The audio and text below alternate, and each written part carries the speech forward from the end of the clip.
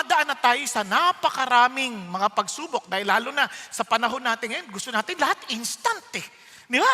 Instant. Instant noodles, instant mga instant coffee, di ba? Lahat, ang dami gusto natin instant. Pati sa, lalo sa wifi, gusto natin mabilis pag nagbabuffer. Ano ba? Ang tagal naman yan. Galit ka na kagad sa PLDT, galit ka na sa kung ano-ano. Inaaway mong Globe, inaaway mong Smart. Kasi ang tagal eh. Unang-una, wala ka namang subscription, mahiya ka nga. Gagalit ka pa. So, nagmamadali tayo lagi. So, yung ating kultura, parang ini-encourage na parang lahat nagmamadali.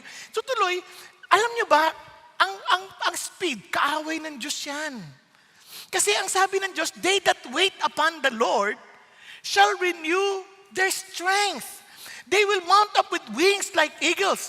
They will run and they will not get tired. They will walk and they will not get weary. Kaya ang tao na nakakilala kay God, marunong silang mag-intay. Because they understand that their God is in control. Relax sila. Kaya nga, ang mga nagmamadali, agad-agad madalas naloloko tayo pa nagmamadali. Tama? Kaya relax ka, yun ang sinasabi ng Diyos. Kaya ang tanong sa atin, how does real faith respond when life is hard? Pag humihirap na parang walang nangyayari. Lord, asan ka? Hindi namin alam. Ang dami na namin problema. Hindi namin alam paano namin haharapin. Pataas yung presyo ng gasolina. Ano nang gagawin namin? So, lahat, iba nagrarally na. Iba ba paano magkokontrolin yan? It's beyond us. Kaya ito ang dapat natin maintindihan. May sagot si James. Real power or real faith experiences what? God's power. That power is readily available to all of us who have real faith.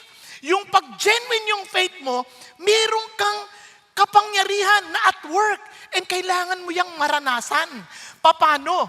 Pansinin nyo ang gandang ginawa ni James kasi sinandwich niya eh. Nagsimula siya sa consider it all joy when you encounter various trials so you do not give up. Then again, he's telling us to do the same. We are to persevere, we are to pray, we are to proclaim. Sabi niya, you want to experience the power of God? Then real faith will persevere. Real faith will pray. Real faith will proclaim. Hindi siya natatakot sabihin kasi totoo yung kanyang pananampalataya ng Diyos at siya ay hindi mo kailangan magdalawang isip. Kayo are so confident to proclaim about Him. Now, tingnan po natin to. Let's start with the word persevere. Now, napakaliwan sabi ganun. Sabi niya rito, therefore, be patient. Alam mo ibig sabihin ng patient? Yung literal translation yan, long suffering. Grabe, ang habang parang I am willing to go to that strength, to that extent. Bakit? Kasi alam ko hindi ito masasayang. And kaya yung sasabi ng Lord, therefore, be patient. Bakit? There is someone so precious coming. Hindi ito yung mundo natin. Our Lord is coming. Yun ang pinaka-precious. Kumbaga, kung ikaw ay may ka-date, at gustong-gusto mo yung ka-date mo na yan, yung love na love mo, parang kahit ang tagal niyan, iintayin mo yan. Kasi alam mong darating at darating siya, and that person is so precious. Ganon din, kung ang asawa mo, mahal na mahal mo, hindi ka magsasawang mag-intay. Anak natin, pagka late na dumating, hindi mo pinagsasawang antayin. Makakatulugan mo, yes, but you're always expecting that they are coming. Bakit? Because they are precious. Di ba? Ganun din, pag ikaw ay nagninegosyo, may profit, it may take long, but you are continuously trying to wait. Bakit? Alam mo, parating yung gustong mangyari. Pero kung wala ka ng pag-asa, ay bahala na. Pero ito, sabi ng Lord, no, He is coming. Gusto mo malaman paano mag-intay? Gayahin mo yung mga farmer. They wait for the precious produce of the soil. Paano? Being patient about it until it gets what? The early and the latter rain. Kumbaga, itong mga farmer na to, willing sila mag-intay. Importante yung early rain. Yung early rain, yung po yung magpapalambot ng lupa. Yung latter rain, yun naman po yung magpe-prepare para mag-mature na ho yung mga tanim, para i-harvest na. Kung wala yung mga ulan na yon, naka, walang harvest. Now, anong sinasabi sa atin dito? Bagamat yung farmer pwedeng magbungkal, bagamat yung farmer pwedeng magtanim, bagamat yung farmer pwedeng maglagay ng fertilizer, isang bagay na intindihan mo when you are waiting, when you are patiently, perseveringly waiting, hindi mo makokontrol ang ulan. Hello? Hindi mo sabihin, hoy ulan, bumagsak na! Hindi mo magagawa yun. Hindi mo mauutusan yung cloud na pumunta sa'yo. Eh siyempre ngayon sa technology, sabi na may cloud seeding, pero hindi mo makukuha yung totoong ulan na kailangan sa pagtatanim. Naunawaan po? So, anong sinasabi sa atin ng Diyos dito? Ang sinasabi ng Diyos sa atin, ganito ang faith. Di ba? The farmer trusts God with what he cannot control. And he works faithfully with what he can control. Because faith does the same thing. Faith is not learning how to control God's timing. Faith is learning how to trust God's timing. Hindi mo man agad makita yung resulta, relax ka lang. May timing ang Diyos. Okay tayo? Pakisabi sa katabi mo, huwag kang magmadali, matatapos din yan. May timing si God. Huwag kang magmadali sa mga pinagdadaanan mo. Titigil din yan. Di ba? Titigil din yan. Basta ang mahalaga, magtiwala ka na may tamang timing si God. Kaya ulitin natin, sabi niya, tinuloy niya pa. Faith, you too be patient. Ikaw din, ikaw. Strengthen your hearts for the coming of the Lord is near. Look at the words. Yung word na strengthen your hearts, ang ibig sabihin, establish your heart. God said, build up your heart. What God is saying is that He's not always changing our circumstances. He's not trying to fix our circumstances. He's trying to fix us, yung ating karakter. Kaya nga, establish your, kasi itong totoo, yung problema, yun ang naglalabas kung anong laman ng puso natin. Sabi nga ng isang author, crisis does not make a man. It only shows what man is made of. Di ba? Kaya alam mo kung ano yung laman ng puso mo, lalabas yun sa panahon ng may pressure. Establish your heart. Learn. Ano yung dapat natin matutunan? Di ba? Kasi trials reveals what is inside us. You see, God is not not to fix our circumstances. He is what? To form our character. So tuloy tayo sa verse 9. Kaya do not complain, brethren, against one another, so that you yourself may not be judged. Behold, the judge is standing right at the door. Ano napansin niyo? Pag nape-pressure tayo, sino sinisisi natin? Sa bahay, pag malang kakainin, kanya-kanyang sisihan na yan. Alam niyo bakit? Kasi we are always looking at each other when problem comes. Doon lumalabas. Kasi yan, yung ating attitude, yung pag-grumble, yung pagkoreklamo, is actually a sign that our hearts are impatient. Parang impatience na yon ay nagpapakita lang na wala ka rin pasensya sa Diyos. Kung naniniwala ka that our God is in control and He loves us, do you think He will allow anything that will destroy us? Pag-isipan nyo. Tanong mo yung kasama mo yan, palagay mo binigay ng Diyos para sirain ka? Hindi. It is to build us up. Amen? It is to build us up. Kaya nga, don't be impatient with God. God is in control. Because hard seasons reveal what's really living inside our hearts. Naunawaan po? Kaya nga, eto tingnan nyo. Sabi sa verse 10, as an example, brethren, of suffering and patience, take the prophets who spoke in the name of the Lord. Can you imagine? Ang gilang niyang example, tingnan niyo yung mga propeta. Yung mga propeta, they speak the very word of God. But it doesn't mean that they are comfortable. Bakit? Si Jeremiah was imprisoned. Si Elijah was hunted. And many prophets were rejected. Ang hirap ng kanilang buhay. But did they stop doing the very mission that God entrusted them to do? They never did. Tuloy pa rin sila. Bakit? Kasi alam nila, it's not about our comfort. It is the mission that God placed upon our hearts. Kasi hindi naman ito ang mundo natin eh. One day, He will come and He will reward all of us. Diba? Kaya nga, tatandaan natin ito Minsan, gagawin sa amin, Lord, ang faithful ko sa iyo. Tapos ganito pa nangyayari sa amin. Friends, faithfulness never guaranteed comfort. It has always guaranteed God's presence. Now in verse 11, we count those blessed who endured, who have heard of the endurance of Job. Biglang ginamit niya si Job. Kasi grabe yung pinagdaanan ni Job. And I've seen the outcome of the Lord's dealings, that the Lord is full of compassion and is merciful. Pag binasa mo yung Bible, walang kasalanan si Job. He was so faithful to God.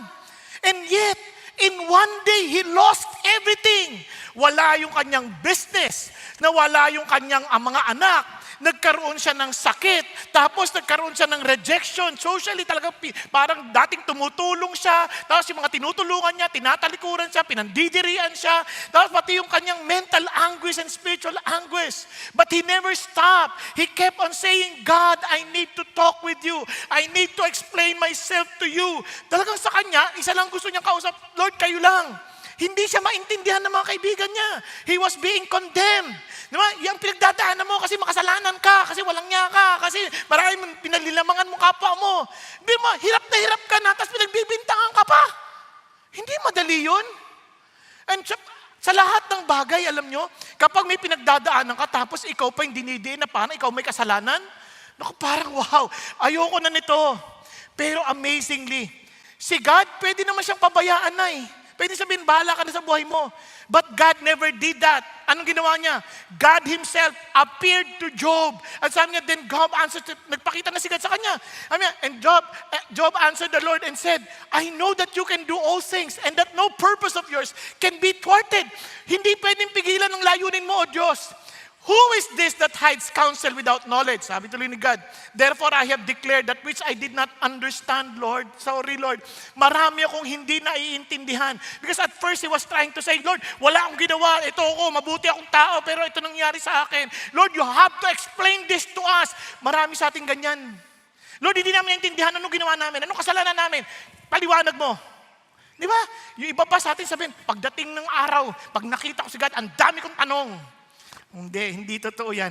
Pag nakita mo si God, tulad lang din ni Job. Sabi niya, Lord, marami po akong hindi naintindihan. Too wonderful for me, which I did not know. And sabi niya, hear now, and I will speak. I will ask you and you instruct me. I have heard of you by the hearing of the ear, but now my eyes sees you. Therefore, I retract and I repent in dust and ashes. Kung alam lang natin, yung alam ng Diyos, hindi ka na makakapagsalita. Kasi sa totoo lang, ang ganda ng huling salita ni God dito, ni James dito eh. Balikan lang natin ha. Ano sabi niya sa James? Verse 11, ito yung pinakasusi. That the Lord is full of compassion and is merciful. Hindi man natin maintindihan ang kanyang ginagawa, isang bagay na tiyak ako. Without God's compassion and mercy, we're all dead. Tapos na tayo. Your suffering may be loud today, but God's mercy will speak louder in the end. Yun isang bagay na ating si Job. Yes, ang ingay nung pait niya. Pero yung tinig ng Diyos mas malakas sa huli. And the Lord, binalik niya lahat ng mga nawala ni Job. Doble pa. Napansin niyo?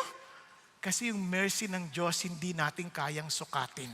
And of course, hindi talang mananatiling nagpe-persevere lang, tinitiis lang natin, parang okay na yan, sige na. God is not telling us to be like stoics na bahala na kung anong mangyari. Hindi ganon. He wants us to bring our sufferings to God. Kaya nga we have to pray. Because real faith will pray. Kaya tingnan nyo, ang galing ng Diyos. Tingnan nyo, above all, my brethren, do not swear either by heaven or by earth or with other oath, but your yes be yes and your no, no, so that you may not fall under judgment. Bakit? Kasi yung mga tao minsan, Lord, sobrang hirap na kami. I promise you, pag ako pagka talagang binless mo ako, maglilingkod ako sa iyo, Lord, promise. Hindi na. Alam ng Diyos ang heart natin. We don't need to give His promises. We need to hold on to His promises. Sa halip, alamin natin yung pangako niya. Hindi yung pangako natin na importante, kasi yung pangako natin napapako yan eh. Kaya sabi ng Lord, in fact, as Christians, we don't need to swear because we are known in our honesty. Alam niya ang Christian, pag sinabing mo nagsalita ka, para ka nagbibigay ng yung personal oath sa Diyos because si God nakikinig. Kaya tinan mo, that you may not fall under judgment. He hears every word we say. He hears every attitude we express. Lahat yun, alam ng Diyos yun. Kaya sinasabi ng Lord sa atin, hindi mo kailangan i-express pa, I promise, honestly. Wala na. You must be honest. You must be truthful. But in order to do that, you must have an authentic faith, believing that God, the promises of our God. Bakit? Kaya tingnan sabi niya, Lord, is there anyone among you suffering? Anong gagawin niya dapat? Nagsasuffer ka? Don't complain. Don't make promises. Instead what? Pray! Yun ang gawin mo. Mag-pray ka. You trust the Lord, then you pour out your heart to God. And say, Lord, nahihirapan po ako sa ganitong kalalagayan ko. Tulungan mo ako. Lord, hindi ko alam ang gagawin ko. You pray. Prayer is just telling the Lord what you have in your heart. Hindi na kailangan yung bulahin pa sila, God, you are so great and wonderful. Lord, hirap po ako. Lord, nahihirapan po ako. Wala po kaming makain. Lord, nagdudusa ho kami. Masakit po yung nararamdaman ko. Kasi tatay natin siya eh. Saan ka tatakbo? Kung siya yung ating tatay, siya yung ating matalik na kaibigan, siya yung ating asawa as a church, we are the bride of Christ. Siya yung, kumbaga, siya yung totoong nagmamahal sa atin, sabihin natin, nararamdaman natin. Hindi masama yun. Ano pa sabi niya? Ang ganda naman, buti na lang hindi laging suffering ang buhay. Is anyone cheerful? Ibig sabihin, may mga seasons of life. Mayroong mga seasons ng suffering, may seasons of rejoicing, may season of blessing. And sabi gano'n, he is to sing praises. On both seasons, ano sabi niya? You focus on God. Nakuha natin? Kahit anong pinagdadaanan natin, sa Diyos tayo tumakbo. It's like saying that real faith does not run from God in suffering. Ayoko na kay God, nagsasuffer ako. And it does not also forget God in success. Kaya maraming mga tao sobrang pinagdaanan ng hirap and they run to God. And after running to God, after a while, hindi naman agad-agad, binless sila ng Diyos. Oh, huwag mo kalimutan si God. Napaka-simple na sinasabi ng Diyos. And let's continue. Sabi nga doon, tignan nyo ha. You see, bigla sabi niya, is anyone among you sick? Ano, bakit pati-pati pag may sakit? Then, he must what? Call for the elders of the church. And they are to pray over him. Alam nyo ba, pag nagsasuffer ka, minsan kaya mo pa kahit mag-isa ka lang eh. Kapag ikaw ay masaya, siyempre kayang-kaya mo kahit mag-isa ka. Pero minsan, pag may sakit ka, parang feeling mo nag-iisa ka na talaga. Lalo na kung nakaratay kang ganun, parang wala kang maasahan, wala kang masabihan, lalo na kung byuda ka pa, wala kang matawagan. Anong gagawin mo? Yun ang nakalimutan natin. Tayo'y kabahagi ng isang katawan. Tayo ay kabahagi ng isang church. Then he must call for the elders of the church. Yung mga sa small group, yung mga leaders, puntahan ka, ipag-pray ka. Hindi mo kailangan yung pastor. But in the body of Christ, in the smaller settings, andyan sila, they can pray for you. Those who are ahead of you, those who are more matured in the relationship with God. Nakaka-encourage kaya. Ito na sabi niya, and they are to pray over him, anointing him with oil in the name of the Lord. Anong gagawin natin? Since we're part of the body of Christ, ano sabi niya? Tingnan niya, you pray for the sick, then you anoint with oil. Ano ibig sabihin ng anoint with oil? Dalawang ibig sabihin. During the days of Jesus Christ, yung oil, medicinal yan. Naalala niyo yung Good Samaritan? Nung meron siyang na hold up? Ano ginawa niya? Pinahiran niya ng oil. Dala niya lagi yun. Kasi to them, it's medicinal. At the same time, yun din ang isang paraan, parang to remind them of the presence of God. Kasi it symbolizes the Holy Spirit. Kaya nga, you anoint them with oil. And look at this. And the prayer offered in faith will restore the one who is sick. Ano bang ibig sabihin ng faith? Dapat ba yung uutusan mo yung sakit? Lumayas ka dyan, sakit! Hindi ganun ang faith. The prayer offered in yung bang faith, dapat walang pagdududa, kahit single doubt lamang. Hindi, sabi nung sa Mark chapter 9, Lord, I believe, but help me overcome my unbelief. It is an honest expression na sinasabi natin, Lord, ito po yung kalalagayan ko. Because I believe that you're God and you're real, you're a person, I'm telling you what I'm going through. That's faith. Lord, natududa po ako, pitulungan niyo po ako. Naunawaan po? Kasi yun ang idea nun. Ito yung faith. Without faith, it is impossible to please God. Everyone who comes to God must believe that He exists. For He is the rewarder of those who believe in Him. Naniniwala ka nag-i-exist siya, then tell Him your concern. Tell Him your problem. Kaya lang, ito kaya nga, yung promise will restore the one who is sick. Who will restore? Whether medicine yan ang gagamitin ng Diyos, doctor yung gagamitin ng Diyos, o ano man, sabihin mo pa rin sa Panginoon, then the Lord will lead us. Kahit na doktor pa yan, kahit na gamot pa yan, kahit na walang medical intervention, si God pa rin ang nagpapagaling. And the Lord will raise him up. And if he has committed sins, they will be forgiven. Ano sinasabi niya? Minsan yung sakit, may kasalanan na nagawa. Kasi nangyayari din yun eh. Kaya nga, ang karugtong niyan, kaya nga ang mahalaga ito, when we pray, the prayer of faith is not confidence in our ability to pray. Minsan ganun eh. Hindi ako marunong mag-pray eh. Hindi naman. It is confidence in God's ability to act. Naunawaan? Doon tayo nakafocus kay God. Kaya naman, the power of prayer does not come from a perfect faith. Why? The power of prayer comes from a perfect God. Naunawaan? Andiyan pa tayo? Si God. Now, tuloy tayo. Tingnan nyo kasi minsan yung sakit, dala din ng kasalanan. Kaya sabi nga ng ibang doktor, yung tinatawag ng psychosomatic illnesses, minsan because of too much worry, ng isip na apektuhan. Yung isip kasi, hindi lang yung parang isip mo, may sakit ako. Hindi. Meaning, it affects your mind, no? Yung iniisip mo. Kaya minsan, hindi na naintindihan na merong tinatawag na spiritual therapy. Meron ding sakit sa spirito. Kaya nagkakasakit ang tao. Kaya sabi niya, confess your sins to one another. Now, hindi sinasabi rito, ito yung basic principle para hindi kayo malito Hindi sinasabi rito na kailangan makonfess mo lahat ng kasalanan mo. Hindi ganon. Public sin, public confession. Nagkakaintindihan? Private sin, private confession. Ang idea ng confession dito is that you affirm, you confirm, you agree. In other words, sinabihan ka na, mali ang ginagawa mo. Ang tigas ng ulo mo, hindi. Tapos kayo nagkasakit ka ngayon.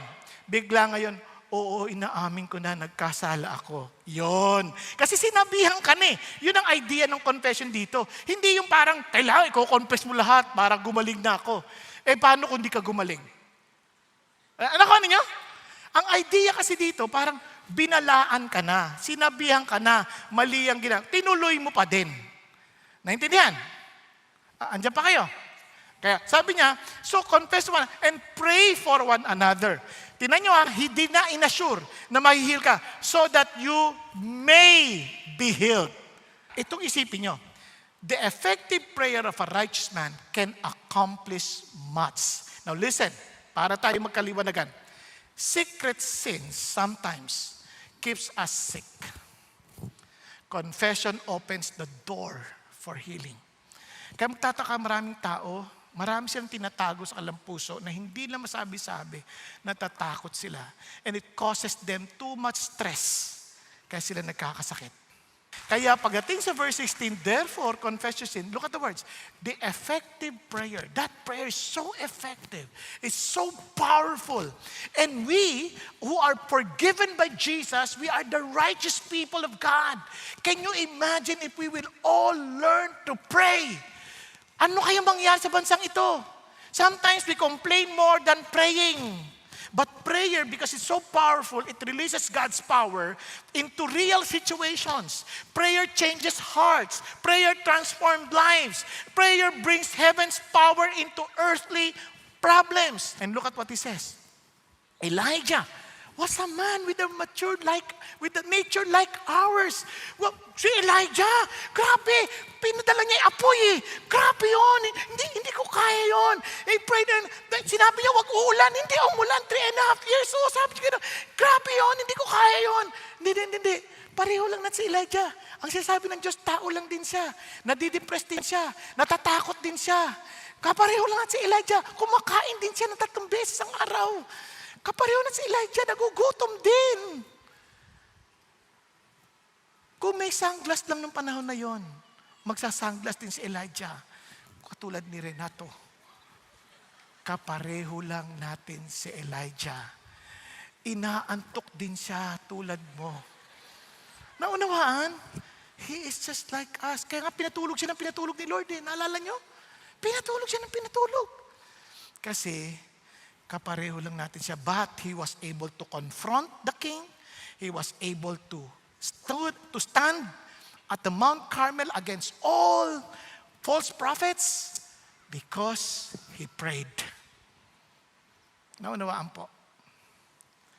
God does extraordinary things through ordinary people who pray. Pakisabi sa katabi mo, God can use you. But you have to pray. Pray. Real faith prays. Kaya sabi, ang galing. Kaya pinaalala niya ulit, then he prayed again, and the sky poured rain on the earth and produced its fruit. Friends, faith waits. Faith works. Faith prays. And God moves. Amen po? Tayo na po ay tutungo sa panghuli. Of course, ito po yung napaka-importante. We do not just pray. We proclaim. Because we believe in the power of our God. Amen po? Kaya naman, ang galing ho ni James, parang after telling us how difficult it is to journey in our Christian faith, bigla niyang pinaalalahanan. He book-ended with this. Sabi niya, my brethren, if any among you strays from the truth, and one turns him back. Ano sinasabi niya? Parang, listen carefully. Sinasabi niya rito, sabi niya, tinan niyo yung tao hindi nagrebelde. Little by little, he strays from the truth. Now, alam niyo po, dito babantayan natin ang ating mga sarili. Kasi, bagamat yung faith ay totoo, minsan, kapag mali yung ating mga nasamahan, tandaan niyo, sabi rin ni Paul, bad company corrupts good morals. Hindi yan bigla. Unti-unti lang, a little compromise here, a little compromise there, magtataka ang layo mo na. Nakuha ninyo? Kaya yun ang isang bagay na dapat nating maalala. Kaya sa pinapaalala ng Diyos, yung mga distraction from God. Minsan, yung iba nga, hindi ko sa inilalahat, no? Iba, nagsimula muna, sige, ano nang muna tayo, online na lang muna tayo. Again, hindi masama yun kung talagang hindi kaya. O dito naman tayo. Kasi habang pinagagaan mo yung buhay mo. Minsan, hindi ko sinasabing lagi. Minsan yung comfort, sinisira yung ating potential. Remember, may kasabihan na, comfort destroys potential. Kaya minsan wag natin hanapin yung madaling paraan. Kasi sometimes, if we are always looking for the easier route, ganyan, we get crooked sa ating mga lakarin. So God is giving us warning. Pero as a church family, hindi dapat yun, lumayo na siya, hayaan mo na yan. Wala tayong pakialam dyan. Hindi totoo yun. If we understand the faith that God gave us, hindi yan makasariling faith. Lagi nag-iisip yan on how we can work together and finish the race. Tingnan nyo, sa Galatians, sabi niya, brethren, even if anyone is caught in any trespass, nakita mo nagkasala, anong gagawin mo? Grabe naman! Christian ba yan? Ginagamit lang yung church niyan. Ginagamit. Agad-agad, meron na tayong kagad ganong judgment Relax ka lang. Sabi niya, kung nakita mong nakasalanan, ano gagawin mo? You who are spiritual, you think you're spiritual, you think you're walking according to the will of God. Ano dapat mo gawin? Restore such a one in a spirit of gentleness. I-social media mo. Banatan mo! Ipakita mong masamang tao yan. Ganun ba? Yun ba sabi? Hindi. With gentleness, pero liitan mo lang ang sulat. Para gentle. Ganun ba yun? Di ba? Ang idea, each one looking to yourself so that you too will not be tempted. No? Bantayan mo kasi tayo rin mahina Ang sinasabi niya, we care for each other kasi tayo, tao lang din tayo. We are all saved by the grace of God. We are not saved because we're good. We are not saved because we're self-disciplined. We are not saved because we are morally upright. No, we are saved because of the grace of the Lord. So let's be gracious with one another. Naunawaan? Yun yung sabi ng Lord, bear one another's burdens, and thereby fulfill the law of Christ. Ano sasabi niya? Magtulungan tayo. Magtulungan tayo. Kaya alam mo masakit eh. Minsan, sabi nga nila, Christians are the only people who shoot their own wounded soldiers. Hindi ako payag. Kung masama yung tao, tulungan natin. Christian tayo eh. Naunawaan, huwag nating apakan. Kamali, sisiraan pa, aapakan pa. Huwag. Tulungan natin. Mahina tayo. Kaya sabi ng Lord, di ba? Yung babae, caught in an adultery. Ano sabi niya? Nagsulat eh. Tapos biglang niya gano'n. Sige, yung walang kasalanan siya, unang bumato. Unti-unti, nawala. Kasi ang idea niya, hindi ko sinasabing i-tolerate ng kasalanan. Kasi sabi niya ulit eh, sin no more. That worse will not happen to you. Tama? Sinabihan niya pa rin. But He's trying to help her to be restored. Kaya sa atin, yun ang ating iniisip. Kaya tinan niyo, sabi ng Lord, paalala niya, tinan niyo, let him know that he who turns a sinner from the error of his way will save his soul from death, and he will cover a multitudes of sins. A healthy church, tanda natin to, does not ignore wandering believers. Nagkamali, mayroong mga questions sa isip, biglang may napunta sa maling paniniwala.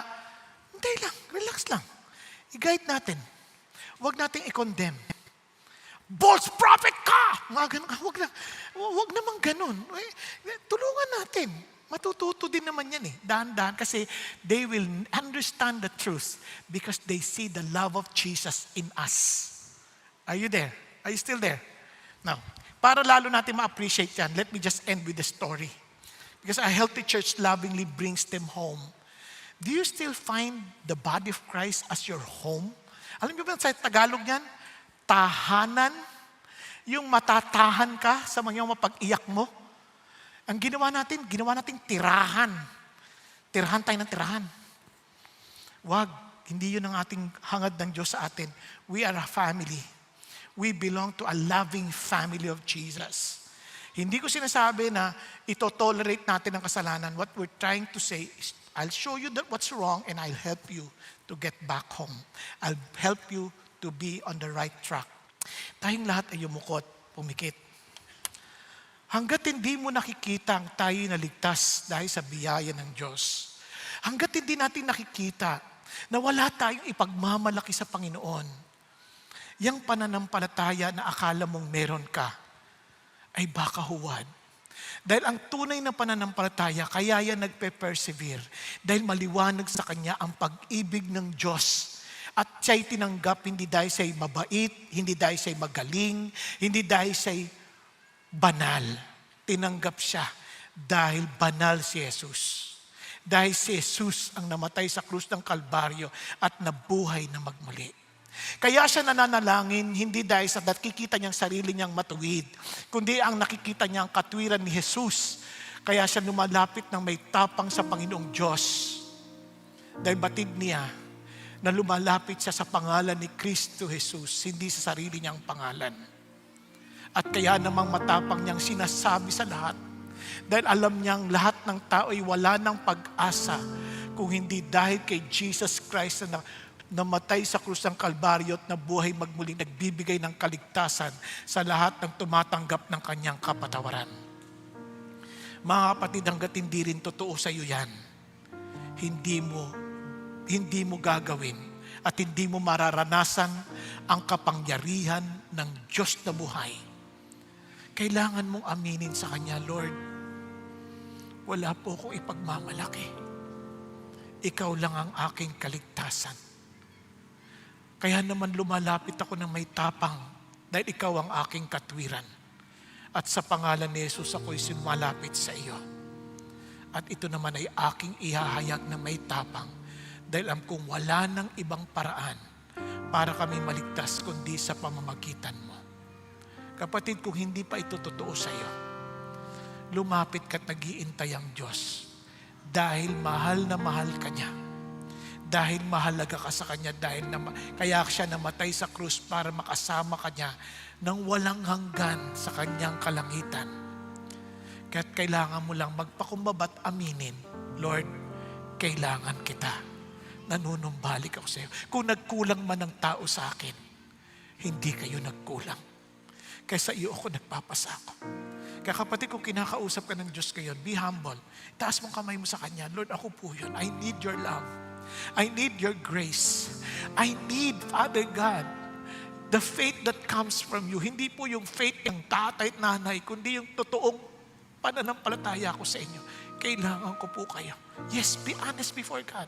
Tell God, Lord, thank you for loving me. Sabihin mo sa Panginoon Jesus, thank you Jesus for loving me. Thank you for dying on the cross for my sin. And thank you that you rose again from the dead to assure me that all my debts are paid. And thank you that you are coming back soon to bring me with you in eternity. Kaya naman, Lord, use me. Use me, Father God, to pray for others. Use me, Lord, to proclaim your truth to others. Use me, O God, that I may, Father God, model what it means to be persevering because of the faith that you've started in me, and with the same faith that you will perfect. Thank you, Lord Jesus. Thank you, Lord, for the new life that you have given me. And thank you, Jesus, that from now on, this faith will continue to grow and will continue to manifest as a living testimony to many. Thank you, Jesus. Thank you, Lord, for loving me. And thank you, Lord, that you will also help me to love others the way you did to me. Thank you, Jesus. Thank you, God. Hallelujah. We bless you, Lord. We honor you, O God. So I pray also, Father God, for the rest of the congregation. May you allow this church to be known with our real faith, manifested in love, persevering, praying, and proclaiming, because we love you Lord, because of your love for us. Thank you, Lord, for loving us first. Thank you, Jesus. We give you all praise. We give you all glory. In Jesus' name, amen, amen, and amen. Doing a series on real faith. Bakit importante ito? Kasi ito yung matalinong pamumuhay ayon po sa sulat ni James or ni Santiago. Tingnan niyo po, just a quick review. Yung ito po, isipin niyo naman, regardless of any trials we experience, real faith perseveres. O di ba, wala kang dapat katakutan. Tapos, susundin lang natin yung sasabihin ng Diyos. Because He is in control, He knows what's best for all of us. Sunod lang tayo, wala tayong katalo-talo. Then we show no favoritism. In other words, sa panahon na mayroong matinding pagsubok, ito maganda, we are not to live alone. Hindi natin kailangan harapin itong mag-isa, but we are to work together as one body in Christ, na walang pagtangi, no? Magtutulungan. Sabi rito, and it is proven through our works. At ito pa, tinuloy pa niya, sabi niya, we control our tongue. So sa halip na reklamong lumabas sa puso natin o takot, kontrolin natin, ilabas natin yung katotohanan na ang Diyos natin ang mapapagkatiwalaan. Amen po? Now, hindi lang yun. Sabi pa nga dito, we always choose God's wisdom. Now, ito pong amazing. Now, we submit to His ways. And kaya nga, devotion to God last week. Ngayon, surrender to God's sovereignty. Kahit anong gulo pa yan, ito wag niyong kakalimutan. God is still seated on the throne. Anong ibig sabihin? Siya pa rin ang may control. Amen po? Pakisabi sa katabi mo, siya pa rin ang may control. Pero wag ka matulog. Yung iba na sobra na, yes, si Lord na, tulog na. Hindi ko sinasabing tayo po'y maging parang wala nang gagawin, but we are to focus on His sovereignty, that He is still seated on the throne. Now that God is sovereign, ang tanong sa atin ito, meron ka pa rin bang plano sa kinabukasan? Ayan, di ba? Meron ka pa rin bang plano? Kasi importante rin yan. Kasi if you don't have any plan, sabi nga nila John Maxwell, you are planning to fail. Kaya do you have plans for your career? Plans for your family and plans for your finances. Alam niyo, malaking problema ng maraming Christian ngayon, hindi rin nagpaplano. Di ba minsan, gusto nilang umayos ang buhay nila, hindi naman lang pinagpaplanuhan. Alam mo, nakakalungkot ang maraming tao, nagpaplano sila ng maraming bagay para sa birthday, ng mga surprise party, pero hindi nila pinagpaplanuhan ng kinabukasan nila, ang buhay nila. Sayang naman. Ang ikli lang ng buhay natin. Kaya sabi niya, ang tanong sa atin, may plano ba tayo? And alam niyo po ba, itong plano na to, normal yan. Itong plano na to, katalinuhan yan. If you are wise, you are to plan. Amen po? Nagplano kayo. Sa totoo na, iba sa atin, mabilis ang plano lang eh. Kunyari, tanong na lang, pinagplanuhan mo ba ng matagal? Ano susuotin mo ngayong araw na ito? Hindi, kung ano lang kasya. Hindi mo na pinag-iisipan na mabuti. Basta kung ano yung kasya dyan, o yun na yun. You see, pero mayroon pong mas malalim na tanong si James sa pag-aaralan natin ngayon. Who is really in control sa lahat ng plano mo? Sino ba talaga yung may control? Ang lesson na sinasabi ng Diyos sa atin dito ay walang tao na makapaggagarantiya ng ating kinabukasan. Are you following? Tinulugan niyo ako Ulitin ko, importante ho yun. Kasi yun din ang sinasabi ni James. You do not know what your life will be like tomorrow. Walang nakakaalam. You are just what? A vapor that appears for a little while and vanishes away. Kaya nga, ang totoong pananampalataya lives under God's sovereignty. Inuunawa niya na ang Diyos ang may hawak ng lahat ng bagay. Kaya nagpapasakop siya doon. Kaya may I tell you this, mga kapatid, learn to surrender to God's sovereignty. Isuko natin yung ating pong buhay sa pamamahala ng Diyos. Wala kayong katalo-talo because He knows what the future holds. Amen po? Huwag tayong magpakasiguro sa sarili nating mga katalinuhan. God gave us His Word for us to understand His will. Kaya nga, this book of the law, sabi ni God kay Joshua, this book of the law shall not depart out of your mouth, but you shall meditate on it day and night. Look at the words, that you will be careful to do everything written in it. Then your way will become prosperous and have good success. Bakit importante yon? Kasi siya'y naglikha ng langit at lupa. He knows exactly how this word operates. Alam niya. So, anong punto natin? So, remember this. When we surrender to God's sovereignty, we surrender to God our plans. We surrender to God our actions. We surrender to God our wealth. So, ano nakita niyo word? Po. Alam nyo, kahit yan, pinag-iisipan pa di ba? Bakit? Yung po, alam nyo ba, tinry ko i-research Ito daw ay nagsisignify ng malambot na clawed foot ng isang hayop. At sabi niya, behaviorally, kapag yung aso or pusa, places its paw on you, it represents what? Trust, affection, and desire of attention. So what we're trying to say is this, we put our paw on God and say, God, I trust you. And I thank you because you do love me. Di ba? In other words, you will not allow anything that will destroy me. Kaya naman, all things work for good for those who love the Lord. Ayaw niyo pa ba yan? Hello? Kaya pala, sabi ni Paul, rejoice always. Pwede kang mag-rejoice Bakit? In everything give thanks, for this is the will of God. Bakit ka mo? Because you can pray. Because everything works for good for those who love the Lord. Parang kumbaga, walang masamang plano ang Diyos sa'yo.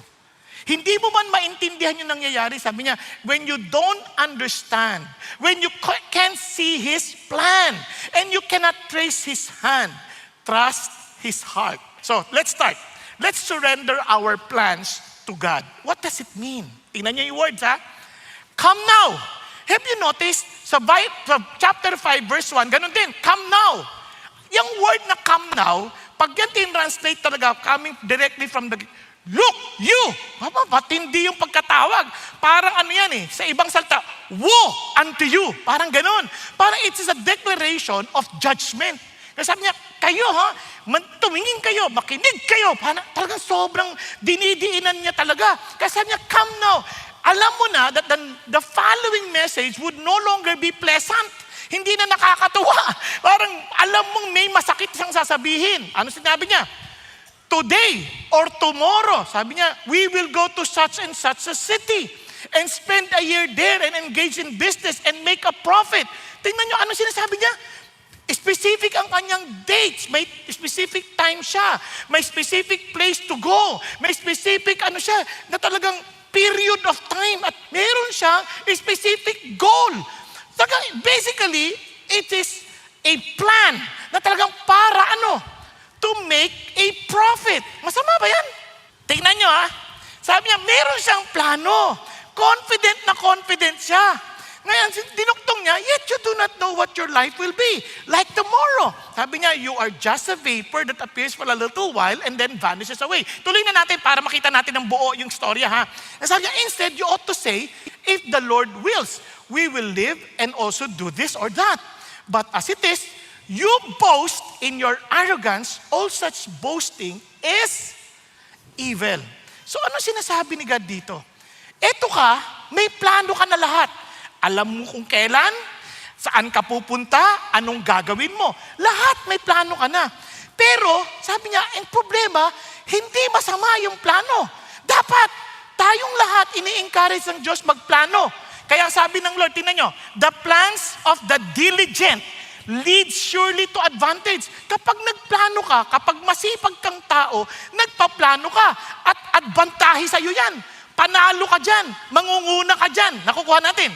Sabi niya gano'n, but everyone who is hasty, hindi nagpaplano, nagmamadali. Sabi niya, comes to, surely to poverty. Kaya marami naghihirap, ibig sabihin, hindi nagpaplano. Ang basta salita lang, bahala na. Yung word na bahala na, galing sa bathala na. Bahala na siya. Wala, come what may, kahit anong mangyari. Sige na lang. Tingnan niyo pang sabi ng Lord, even Jesus Christ, you want to follow me? You plan. You don't just come and follow me and eventually wala rin mangyari sa'yo. Tingnan nyo kayo marami sasabihin na, walang kwentang Christianity. No, you just did not understand and you did not count the cost. Tingnan mo sabi niya, for which one of you, when he wants to build a tower, does not first sit down and calculate the cost to see if he has enough to complete it? Otherwise, when he has laid the foundation and is not able to finish, all who observe it begin to what? To ridicule him. And sabi niya saying, this man began to build and was not able to finish. Dagdigay pa siya ng pangalawang kwento. Sabi niya, oh, what king, when he sets out to meet another king in battle, will not first sit down and consider whether he is strong enough with 10,000 men to encounter the one coming against him with 20,000? Maging matalino ka. Sabi niya, you plan. And sabi niya gano'n, or else while the other is still far away, he sends a delegation and asks for terms of peace. You see, friends, tayo as Christians, we need to plan. Kanya lamang, ang naging problema dito kay James, yung sinasabi ni James, ito, the problem is planning without surrender to God's will. Hindi niya naintindihan, teka muna, yung nagpaplano ka, hindi masama, pero kasama ba talaga si God sa plano na yan? Diba? Talaga bang si God yung sentro sa plano na yan o sarili lang natin? Kasi if we are just planning based on our own wisdom, based on our own parang dreams or a vision, wala talaga ang Diyos doon, God becomes irrelevant, ay talagang wala tayo, hindi, mangmang tayo. We have the illusion that we are in control, while in reality, wala tayong control. Kahit ang maraming tao, kawawa, akala nila sila may hawak ng bukas. Wala tayong control sa kinabukasan. Kaya nga diniinan ni James yan, tinan ninyo. Two realities. One, the uncertainty of tomorrow. Sabi gano'n, you do not know what your life will be like tomorrow. Walang nakakaalam. Hello? Now, sabi gano'n, kaya none of us do. Now, tingnan niyo pong mabuti. Tingnan niyo. Kasi sabi niya, hindi rin natin alam ang brevity ng life. Ang ikli kaya ng buhay. You are just what? A vapor. Gusto niyo malaman ng vapor? Ngayon mahirap makita, no? Pagka malamig, ngayon mo lang, makita mo yung sandali lang yun. Para lang siyang isang hininga. Hindi naman umabot sa'yo, no? Kasi kundi patay siya. Pag-isipan nyo, biglang wala na. Ganun lang yun. Oo, life is fragile. Here one moment, gone the next. Wala na. Kaya sabi niya, ang lungkot ng buhay natin. What I'm trying to say is this, our memories will not last forever. Naunawaan po, it vanishes away.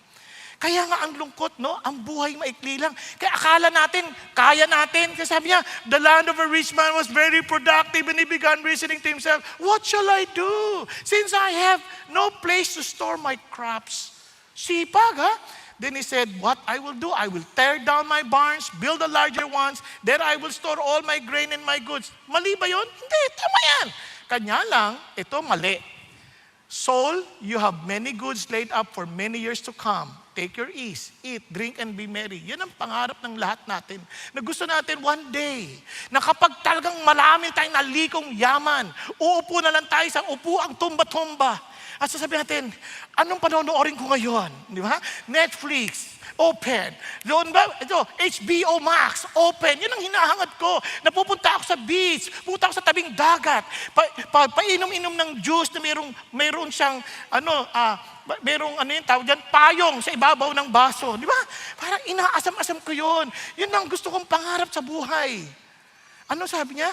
Kawawa ka naman. Sabi niya, Mang, hindi mo ba alam na ngayon, haharap ka sa akin? Yan ang nakalimutan ng tao. Always, whenever we always plan as if this is the world we live in for the rest of eternity. This is not our world. This world will not last forever. Huwag natin kalimutan yun. We are not permanent in this world. Ano sasabi niya? Kaya nga, so is the man who stores up treasure for himself is not rich toward God. Ano sabi? Kaya nga sinasabi ko sa inyo, don't store up for yourself treasures on earth where moth and rust destroy. But sabi niya, store up for yourself treasures in heaven. Tinugtog niya, for where your treasure is, there your heart will be also. Alam niyo kung bakit tayo lagi nagwo-worry? Andito yung yaman natin. Kasi kung saan yung yaman natin, andun yung puso natin. Kaya, instead, ano sabi na, you ought to say, if the Lord wills, we will live and also do this or that. Bakit? Hindi yan magic phrase. Hindi yan superstition na kailangan sabihin ko, if the Lord wills. Hindi yan ang sinasabi yan. Hindi yan parang passive fatalism. Ang sinasabi niyan, I acknowledge that God is in control. Lord, I want just to do your will. I plan this because if this is your will, then I will pursue. If it's not, I will not. Nagkakaintindihan. Andiyan pa tayo.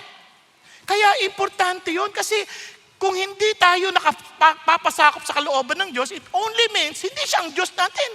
Kaya nga ho, ito pong expression na tong, if the Lord wills, it is a posture of humility. That we are submitted to His will. That we are submitted to what He wants. Okay tayo? Pakikalabit mo yung katabi mo. Ano gusto ng Diyos? Sa pagkakataon ngayon, makinig. Huwag matulog. Naintindihan? Kasi, anong gusto ng Lord? Why did God bring you here in the first place? He wants you to know that He loves you, and He wants you to know that He cares for your life. But you will never understand that love until you surrender to His will. Naunawaan? Kaya yun ang kaya it's a posture of humility. Lord, kayo po nakakaalam. We plan, but we acknowledge God determines the outcome. Planning is not arrogance, but planning without surrender is. Kapag nagplano tayo at walang pagpapasuko at pagpapasakop sa Diyos, yan ang kayabangan. As long as it is not based on bitter envy, naalala niyo sa chapter 3? And selfish ambition, walang ganon. You follow me. As long as it's pure, peaceable, gentle, reasonable, full of mercy, good fruits, unwavering, without hypocrisy. So, relax ka. Alam mo, you are following the will of God. And it will produce what? The fruit of righteousness. Amazing God. Kayo, Kung gusto mo pang lalong maging sigurado ka, follow the Word of God. Sabi, all Scripture is inspired by God, profitable for what? For teaching, for correcting, for rebuking, for training in righteousness, so that the man of God may be thoroughly equipped in doing good works. Just follow the Word. Then you pray. If you lack wisdom, ask for God's wisdom, who gives it to you generously without finding fault. But never doubt when you do ask. Counsel, for in the many counselors, there is safety. Providence, of course, God's guidance. And finally, the peace. Let the peace of Christ rules in your heart. So napaka-importante nun, Lord, kung ito lahat align, wala na akong dapat katakutan.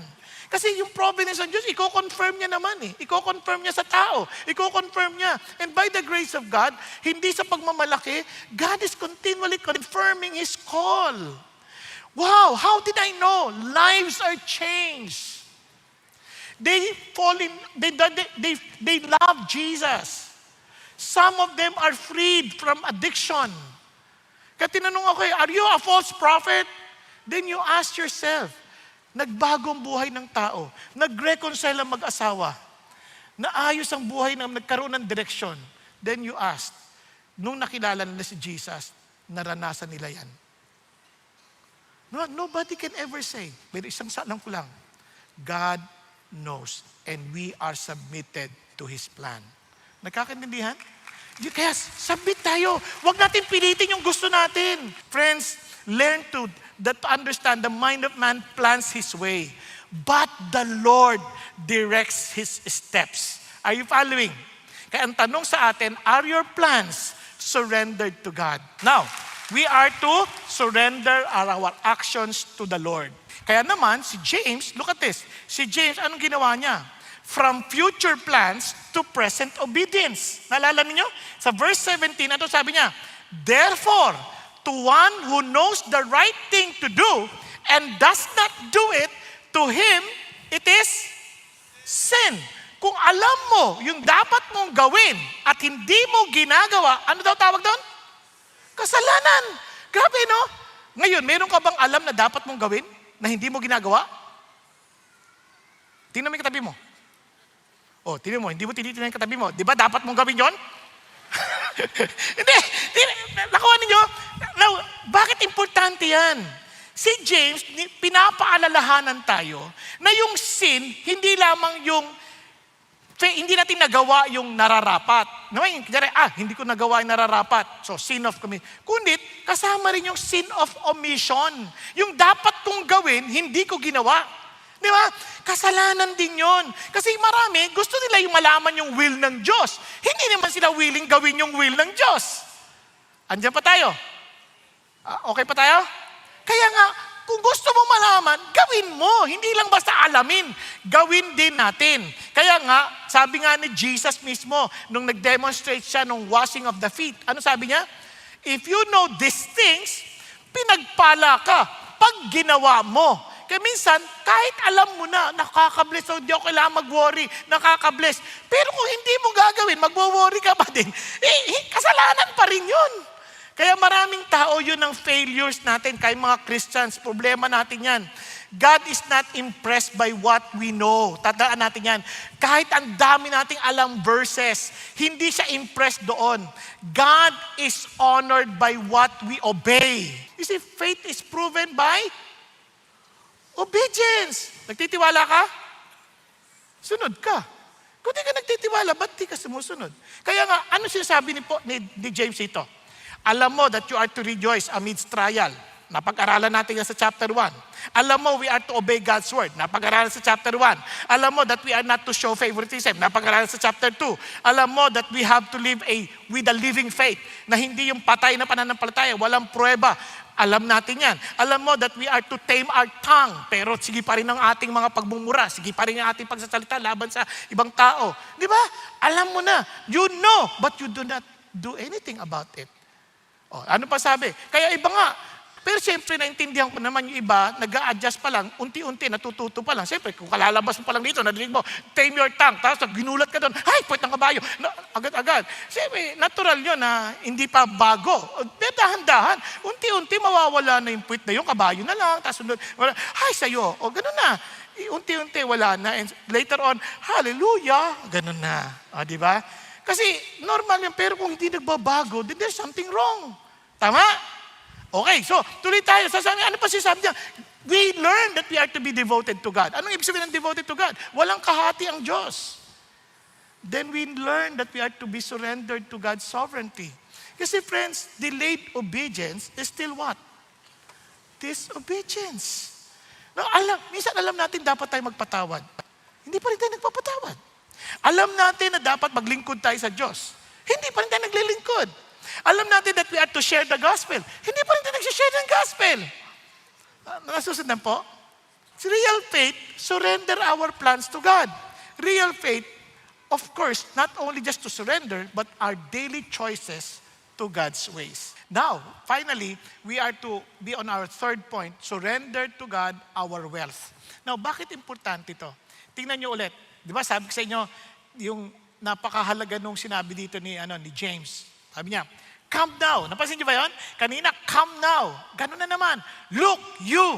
Parang sabi niya, woe unto you. Yun ang sinasabi niya rito. It is a Semitic way of declaring an unpleasant message. Sabi niya, you rich, weep and howl for your miseries which are coming upon you.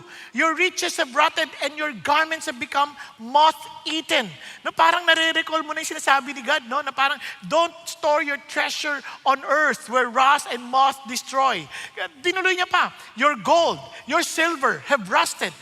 Parang una natin, ba't nagra-rust yung gold at saka silver? Kasi nga, pagka ginagawa sila, may mixture ng ating ibang mga metal, no? And the rust will be a witness against you and will consume your flesh like fire. It is in the last days that you have stored up your treasure.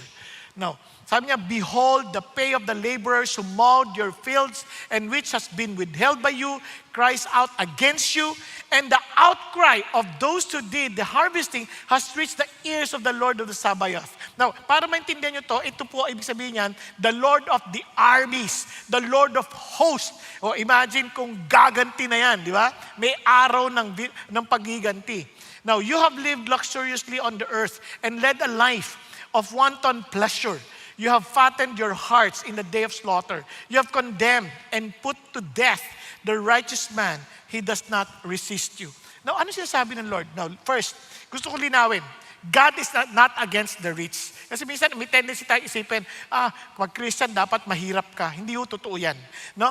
Hindi ho, pagka Christian, mahirap ka na kaagad. Kasi ang yaman, hindi nasusukat sa dami ng pera. Nasusukat yan sa puso natin tungkol sa pera. No? Para maintindihan ninyo, maraming mga tagasunod ng Diyos, maayos naman ang kanilang buhay in terms of wealth. Kung sa sukatan ng tao, mayaman sila. Si Abraham, si Job, si Lydia, si Joseph of Arimathea, mayayaman yan. Kasi ang issue dito is not wealth. The issue is materialism. Ano ba yung materialism? Para maintindihan natin, materialism is when money becomes our security instead of God. At ito mga symptoms, mabilis na lang. Hoarding. Yung ipon ng ipon, hindi masama mag-ipon, pero yung tago ng tago na hindi naman to the point na wala namang saysay. Kaya sabi niya, come now, weep, howl, your miseries. Bakit? Your riches rotted and your garments have become moth-eaten. Ang dami-dami mga cabinet na antigo. Inain na ng anay. Di ba? Yan, your gold, your silver are rusted. The rust will be witness against you. Will consume your flesh like fire. Ipon ng ipon. Di ba? Yung iba, hindi magbabayad ng utang. Kasi tinatago yung cheque sa kanilang unan. Bakit? Kahit willing, meron na silang pambayad, hindi pa rin magbabayad.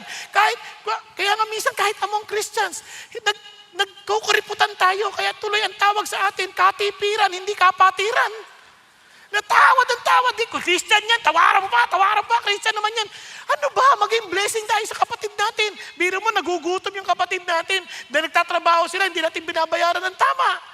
Nakuha ninyo? Dapat naisip natin maging blessing kasi si Lord naman yan. Kaya yung iba, nagkaroon ng injustice. Anong injustice? Sabi niya, the pay of the laborers who mowed your fields and which has been withheld by you cries out against you, and the outcry of those who did the harvesting has reached the ears of the Lord of the Sabaoth. Kaya, minsan, Tipid tayo ng tipid. Basta yumaman tayo, nakikinabang tayo, kahit nagugutom yung mga tao sa atin, na nagtatrabaho sa atin. Minsan ang ganda-ganda, na willing tayo to help the charities, but the people working with us, yung buhay nila, hindi maayos.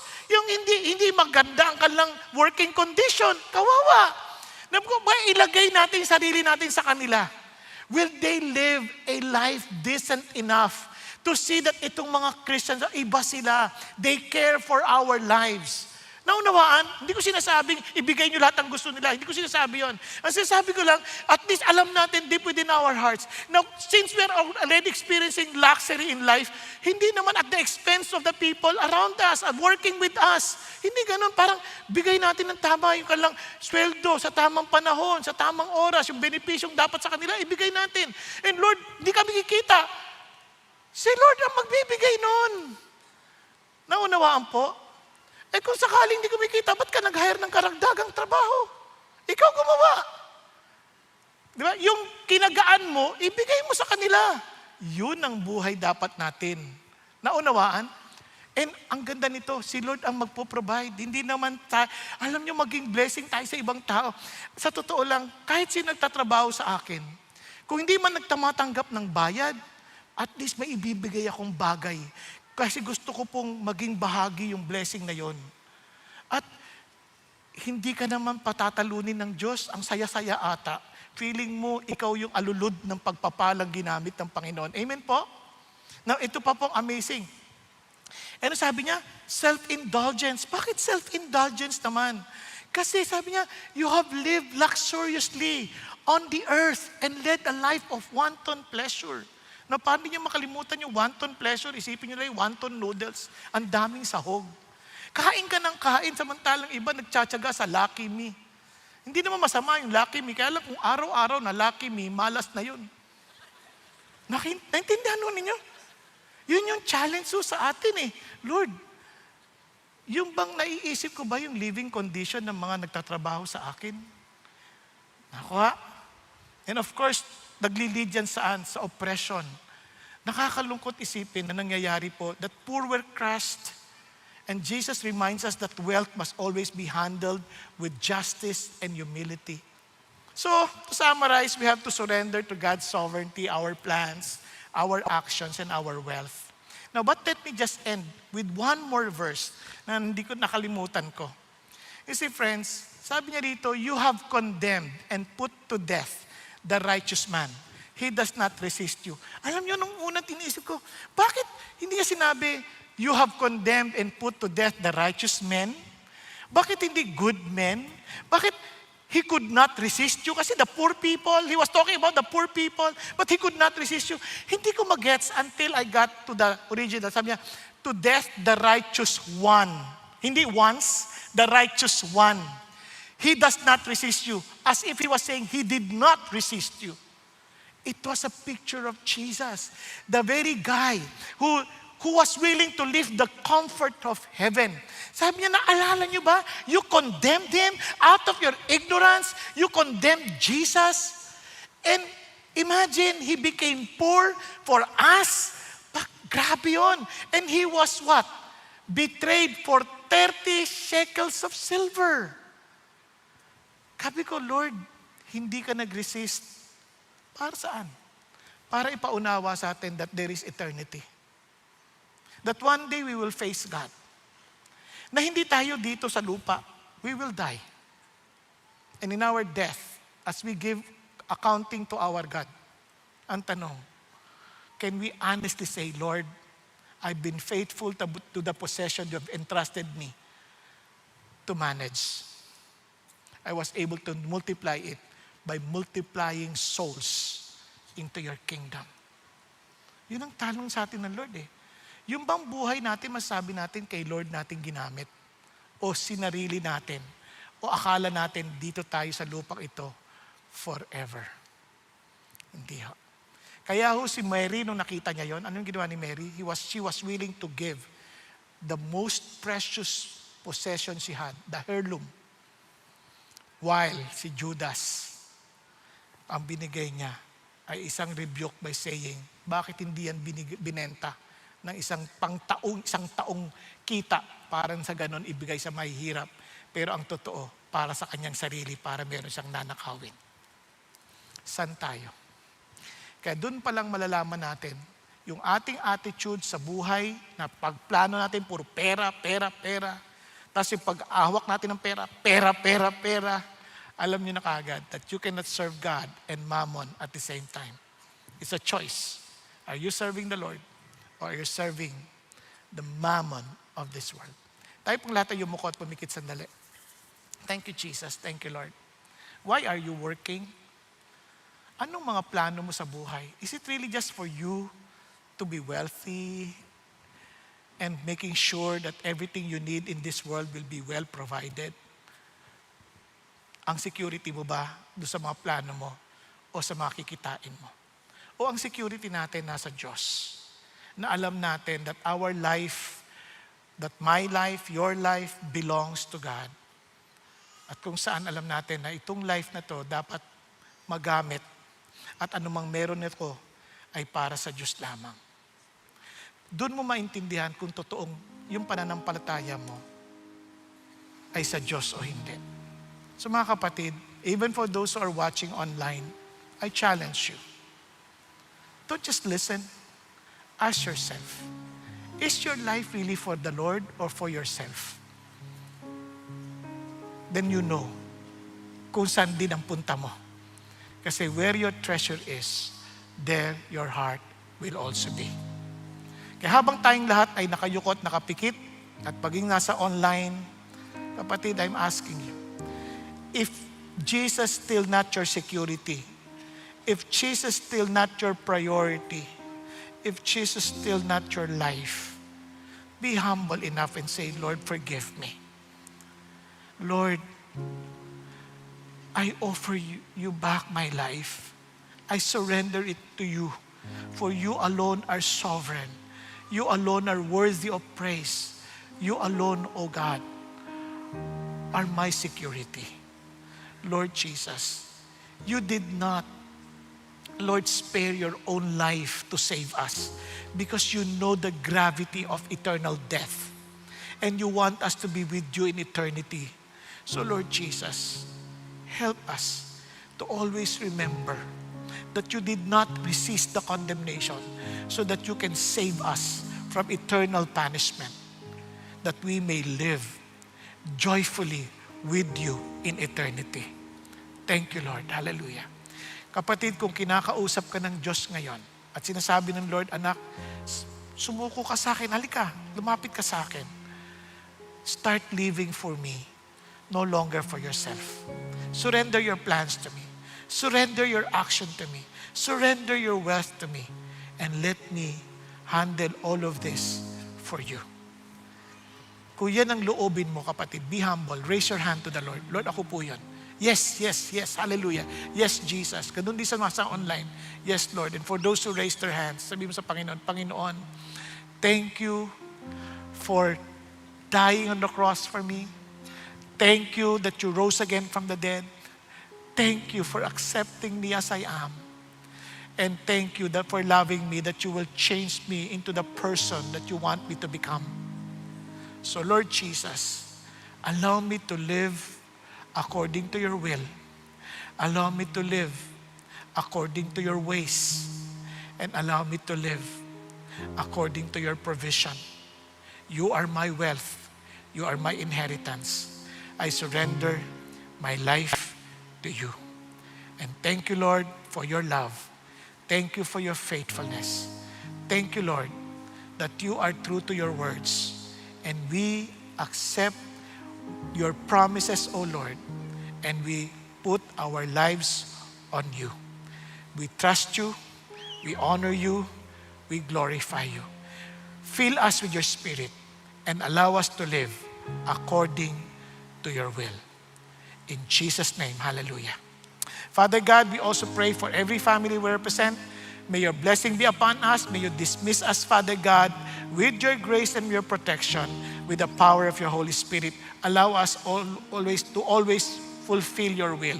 In Jesus' name, hallelujah. Amen.